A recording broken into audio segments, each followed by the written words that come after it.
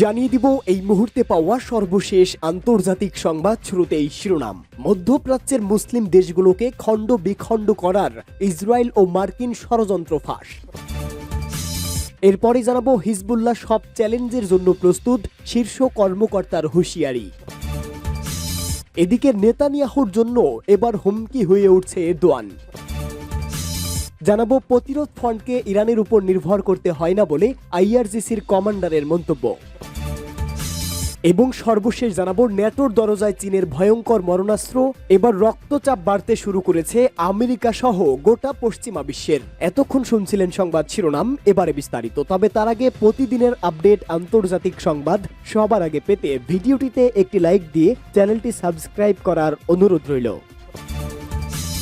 মধ্যপ্রাচ্যের মুসলিম দেশগুলোকে খণ্ড বিখণ্ড করার ইসরায়েল ও মার্কিন ষড়যন্ত্র ফাঁস। ইরাকের সাবেক প্রধানমন্ত্রী এবং ইসলামিক দাওয়া পার্টির সেক্রেটারি জেনারেল নুরি আল মালিকি পশ্চিম এশিয়ার মুসলিম দেশগুলোকে খণ্ড বিখণ্ড করার এবং ইরাকের বিরুদ্ধে ষড়যন্ত্রে ইসরায়েলের ঘৃণ্য পরিকল্পনার বিরুদ্ধে সতর্ক করে দিয়েছেন।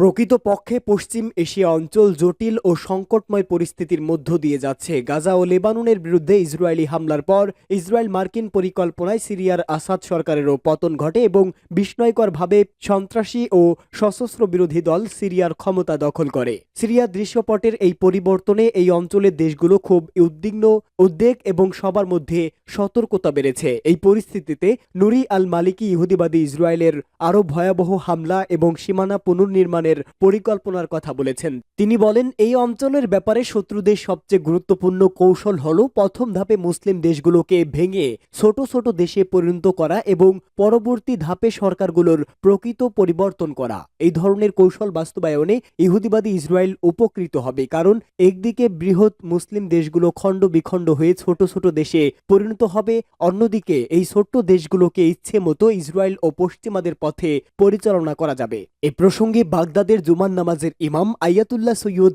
ইয়াসিন আল মুসাবি এই অঞ্চলের বিরুদ্ধে শত্রুদের নতুন চক্রান্তের কথা উল্লেখ করে স্পষ্ট করে বলেছেন, এই চক্রান্তের উদ্দেশ্যই হল ইরাক, সিরিয়া, লেবানন, জর্ডান সহ এই অঞ্চলের মুসলিম দেশগুলোকে খণ্ড বিখণ্ড করা এবং আমেরিকা ও তার মিত্রদের মধ্যে ভাগাভাগি করে নেওয়া।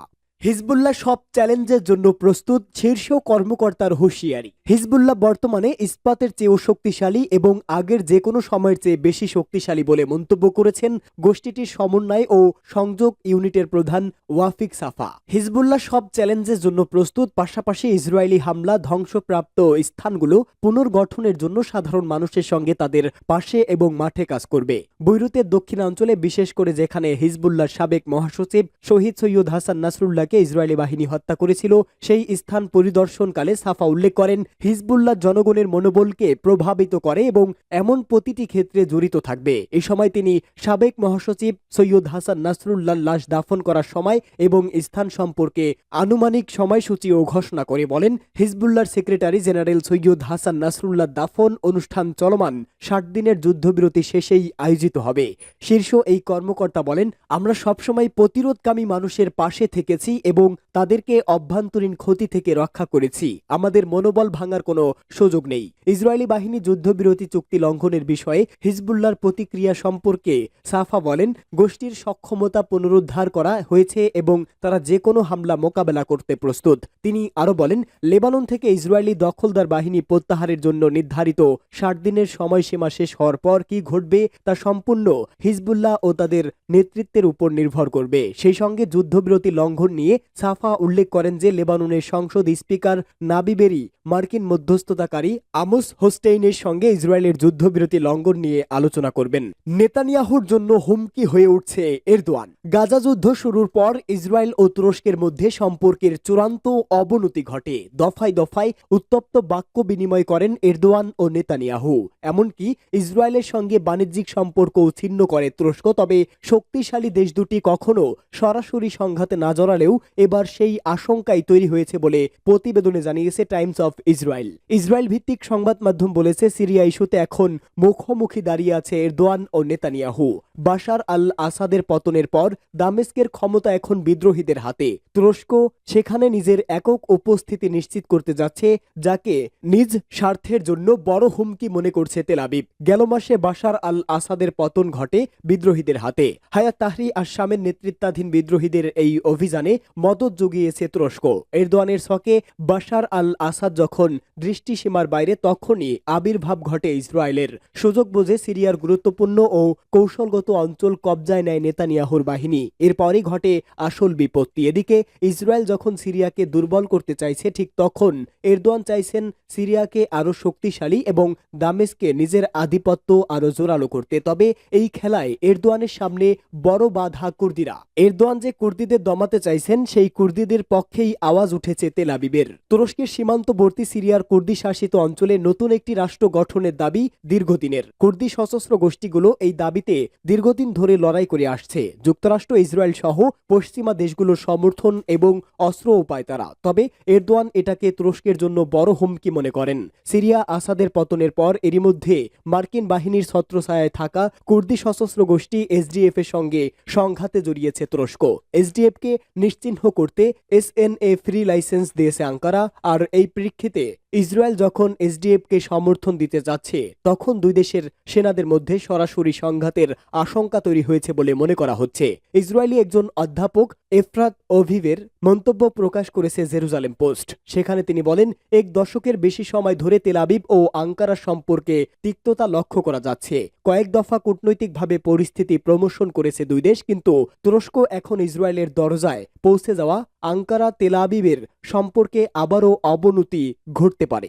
প্রতিরোধ ফ্রন্টকে ইরানের উপর নির্ভর করতে হয় না। ইরানের ইসলামী বিপ্লবী গার্ড বাহিনী বা আইআরজিসি বলেছে, পশ্চিম এশিয়া অঞ্চলের বিদ্যমান প্রতিরোধ ফ্রন্টকে ইরানের উপর নির্ভর করতে হয় না, বরং এটি নিজস্ব শক্তিতে শক্তিমান। আইআরজিসির প্রধান কমান্ডার মেজর জেনারেল হোসাইন সালামি ইরানের দক্ষিণাঞ্চলীয় বন্দর নগরী বন্দর আব্বাসে মোতায়েন যুদ্ধজাহাজ শহীদ রুদাকিতে এক অনুষ্ঠানে দেওয়া বক্তৃতায় একথা বলেন। ইরান কোনো শক্তি হারায়নি উল্লেখ করে তিনি জানান, প্রতিরোধ ফ্রন্টের প্রতি ইরানের সমর্থন থাকলেও তারা নিজেদের সমরস্ত্র নিজেরাই তৈরি করে। জেনারেল সালামি আরো বলেন, প্রত্যেকে যার যার সামর্থ্য অনুযায়ী যুদ্ধ করছে। এদের কেউ অপরের উপর নির্ভরশীল নয়। তাদের প্রতি আমাদের শুধু রাজনৈতিক ও আধ্যাত্মিক সমর্থনই রয়েছে। তিনি বলেন, লেবানন ও ইয়েমেনে যারা ইসরায়েল বিরোধী যুদ্ধ করছে, তাদের এবং আমাদের আদর্শ এক। আমরা একই বিশ্বাস ও প্রত্যয়ের অংশীদার। আমাদের শত্রু ও অভিন্ন, কিন্তু তারপরও যে যার নিজস্ব স্বার্থের ভিত্তিতে যার যার ভূখণ্ডে বসেই লড়াই করছে। ন্যাটোর দরজায় চীনের ভয়ঙ্কর মরণাস্ত্র। অস্ত্রের বাজারে নতুন খেলোয়াড়ের আবির্ভাব। যুক্তরাষ্ট্র, রাশিয়া বা ফ্রান্সের পাশাপাশি সেখানে এবার পা দিতে শুরু করেছে চীন। আমেরিকার নেতৃত্বাধীন সামরিক জোট ন্যাটোর নাকের ডোগায় অস্ত্র সরবরাহ করছে চীনের লাল ফৌজ। শুধু তাই নয়, তাদের দেওয়া হাতিয়ারের ভূয়সী প্রশংসা করেছেন সেখানকার সরকার। ফলে অস্তিত্ব বেড়েছে ওয়াশিংটন সহ পশ্চিমা বিশ্বের। দক্ষিণ ইউরোপের বলকান রাষ্ট্র সার্বিয়া প্রথম বিশ্বযুদ্ধের সূচনায় যার নাম ওতপ্রোতভাবে জড়িয়ে রয়েছে। 21 দশকে সেখানেই মোতায়েন হয়েছে চীন আকাশ প্রতিরক্ষা ব্যবস্থা, পোশাকি নাম FK3। এই হাতিয়ারটিকে নিয়েই বড় ঘোষণা করেছে বেলগ্রেড। বলা বাহুল্য, এরপরই আমেরিকা সহ পশ্চিম বিশ্বের রক্তচাপ বাড়তে শুরু করেছে। বিদায়ী বছরের 30 ডিসেম্বর সার্বিয়ার প্রতিরক্ষা মন্ত্রণালয়ের জারি করা প্রেস বিজ্ঞপ্তিতে বলা হয়েছে, চীনের তৈরি FK3 এয়ার ডিফেন্স দেশের আকাশকে ভালোভাবেই সুরক্ষা প্রদান করছে। এর সাহায্যে বিমান বাহিনীকে আরো শক্তিশালী এবং উন্নত করা গিয়েছে। উল্লেখ, বেইজিং এর পিপলস রিভলিউশন আর্মির হাতে রয়েছে HQ-22 ভূমি থেকে আকাশ নিক্ষেপযোগ্য ক্ষেপণাস্ত্র।